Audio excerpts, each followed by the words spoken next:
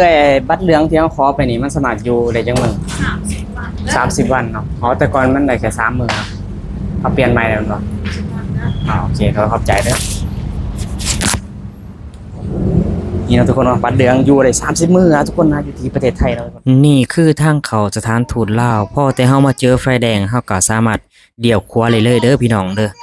จะเจอสถานทูตของกัมพูชาอยู่ที่ฝั่งขวามือเนาะทุกคนเนาะเฮาก็สามารถนี่ทุกคนเลี้ยวเข้าได้เด้อทุกคนครับก็สิมีเซเว่นตั้งอยู่ซ้ายมือแล้วทุกคนเด้ออย่าสิหลงเด้อทุกคนนี่เฮาก็วิ่งตรงเข้าไปเลยครับนี่ครับตรงเข้าไปสถานทูตลาวก็สิอยู่ประมาณเกือบ500 เมตรจากหน้าปากซอยเด้อทุกคนก็สิเจอตึกนี่อยู่เป็นอยู่ขวามือแล้วก็สถานทูตลาวนี่ทุกคนครับอยู่ที่ฝั่งซ้ายเด้อทุกคนนี่แม่นเห็นเพิ่นปิดประตูไว้นี่เพิ่นบ่ได้ปิดเลยทุกคนเพิ่นยังเปิดให้บริการปกติเพียงแต่ว่าประตูเพิ่นจะเปิดอีกฝั่งหนึ่งเนาะทุกคนเนาะอยู่ฝั่งซ้ายมือนะทุกคนนะนี่พอแต่เฮามาฮอดเฮาก็สามารถจอดรถไล่ข้างๆแถวนี้เลยครับทุกคนครับก็สิมียายเพิ่นนั่งขายขนมปาเตะอยู่เนาะทุกคนเนาะสบายดีเนาะทุกคนเนาะตอนนี้เฮาก็มาฮอดที่สถานทูต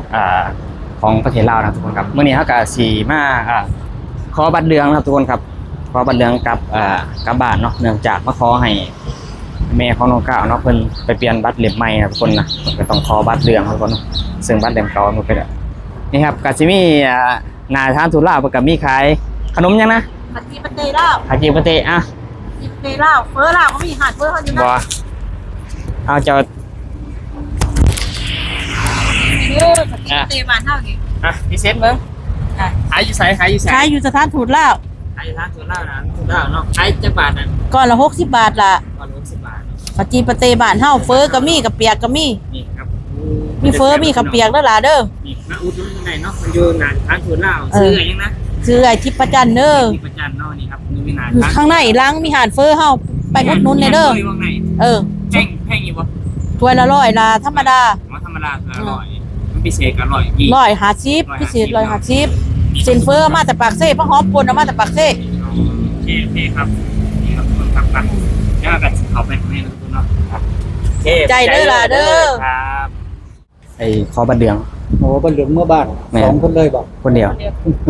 เขาไปบอกเพิ่นว่าขอบัตรเหลืองเมื่อบ้าน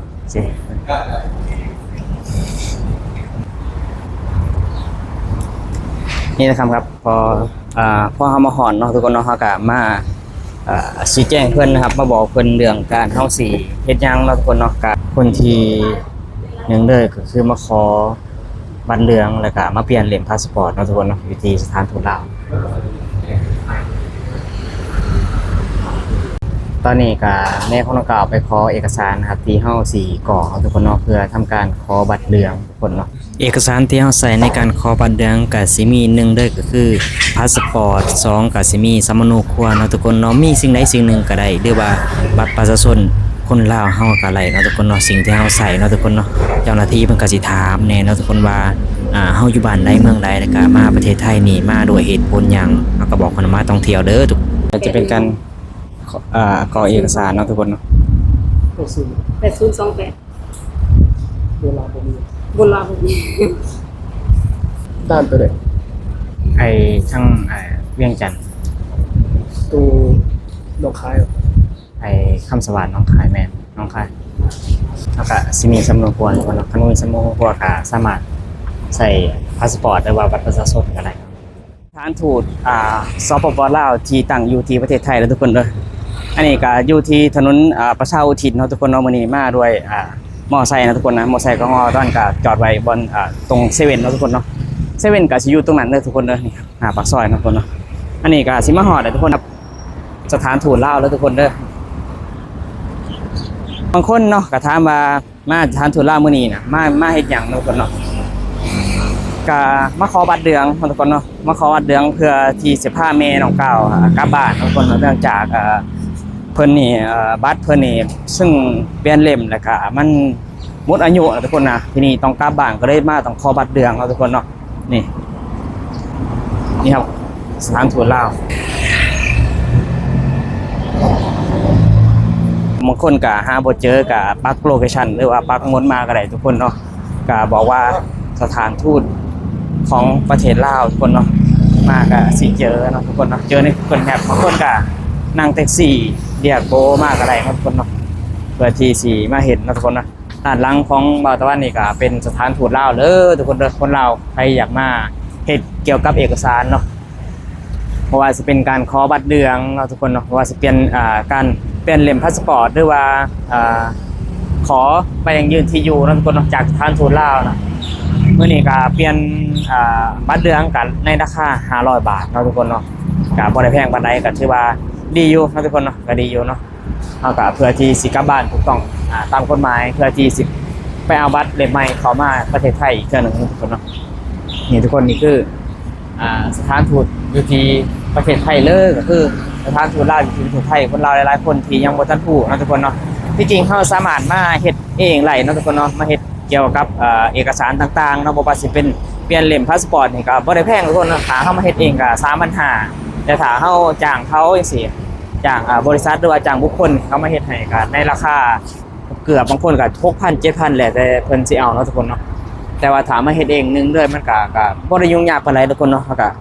บ่ฮู้เฮาก็ถามเพิ่นมีเจ้าหน้าที่ของประเทศลาวเพิ่นคอยอำนวยความสะดวกให้เนาะทุกคนบอกว่าสิเป็นด้านใดเฮาก็กล้าถามกล้าเว้าเด้อทุกคนเด้อการเป็นคนลาวมาเนาะวันนี้ถ้าถูกลาวเด้อทุกคนเด้อที่ตั้งอยู่ที่ประเทศไทยเนาะทุกคนเนาะง่ายแฮงอีหลีมาขอบัตรเดืองนี่บ่ได้ยากเนาะทุกคนเนาะการขอบัตรเดืองก็มีการใส่ทั้งขอบัตรเดืองก็สิมีพาสปอร์ตทุกคนพาสปอร์ตสมุดครัวถ้าเฮาบ่มีสมุดครัวก็เรียกว่าบัตรประชาชนก็ได้ถ้าเฮามีบัตรประชาชนก็ใส่พาสปอร์ตแทนได้นะทุกคนเนาะพาสปอร์ตที่ขาดก็ยังใส่ได้ทุกคนนะเบิดอายุก็ใส่ได้นะทุกคนเนาะนี่ก็เบอร์โทรลาวแล้วก็เบอร์โทรของประเทศไทยทุกคนนะนี่คือ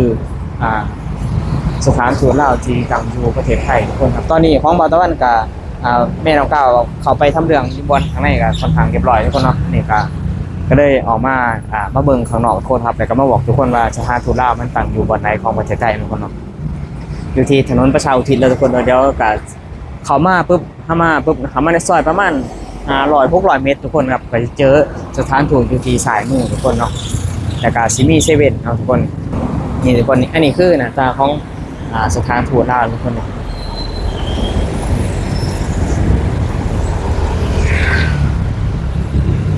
เดี๋ยวสียางไปให้ทุกคนได้เบิ่งแล้วทุกคนเนาะนี่นะครับ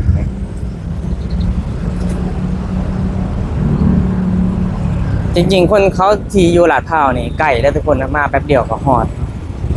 ของบ่าวตะวันนี่มาจากปทุมธานีเนาะทุกคนก็ถือว่าค่อนข้างไกลทุกคนครับขี่มอไซค์มาเขี่ยวจักรมาก็โอ้เกือบชั่วโมงทุกคนครับเกือบ50 นาทีก็รวมก่อนติดรถยังแน่ก็เกือบไปชั่วโมงทุกคนเนาะครับก็มาสิเจอนี่ครับทุกคนครับเจอเซเว่นเนาะทุกคนเนาะนี่ครับซอยมีเซเว่นนะคนเซเว่นหน้าซอยนะครับมีรถก็ถือว่าค่อนข้างหลายทุกคนนะครับข้ามทางกันนะครับระวังทุกคนนะไปเดี๋ยวพยายามเข้าไป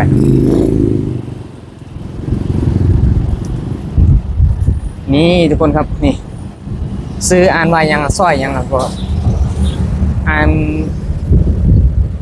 านบ่ออกคือกันครับมันซับซ้อนไปนิดนึงครับเนี่ยเจอเรียบร้อยมาข้างหน้าก็เจอเพิ่นนั่งขายของอยู่เนาะทุกคนเนาะขายของอยู่หน้าปากซอยถือว่าเป็นที่เรียบร้อยเนาะทุกคนเนาะ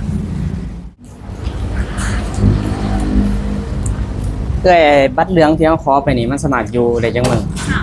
30 วันเนาะอ๋อแต่ก่อนมันได้แค่3 มื้อเนาะเขาเปลี่ยนใหม่แล้วเนาะ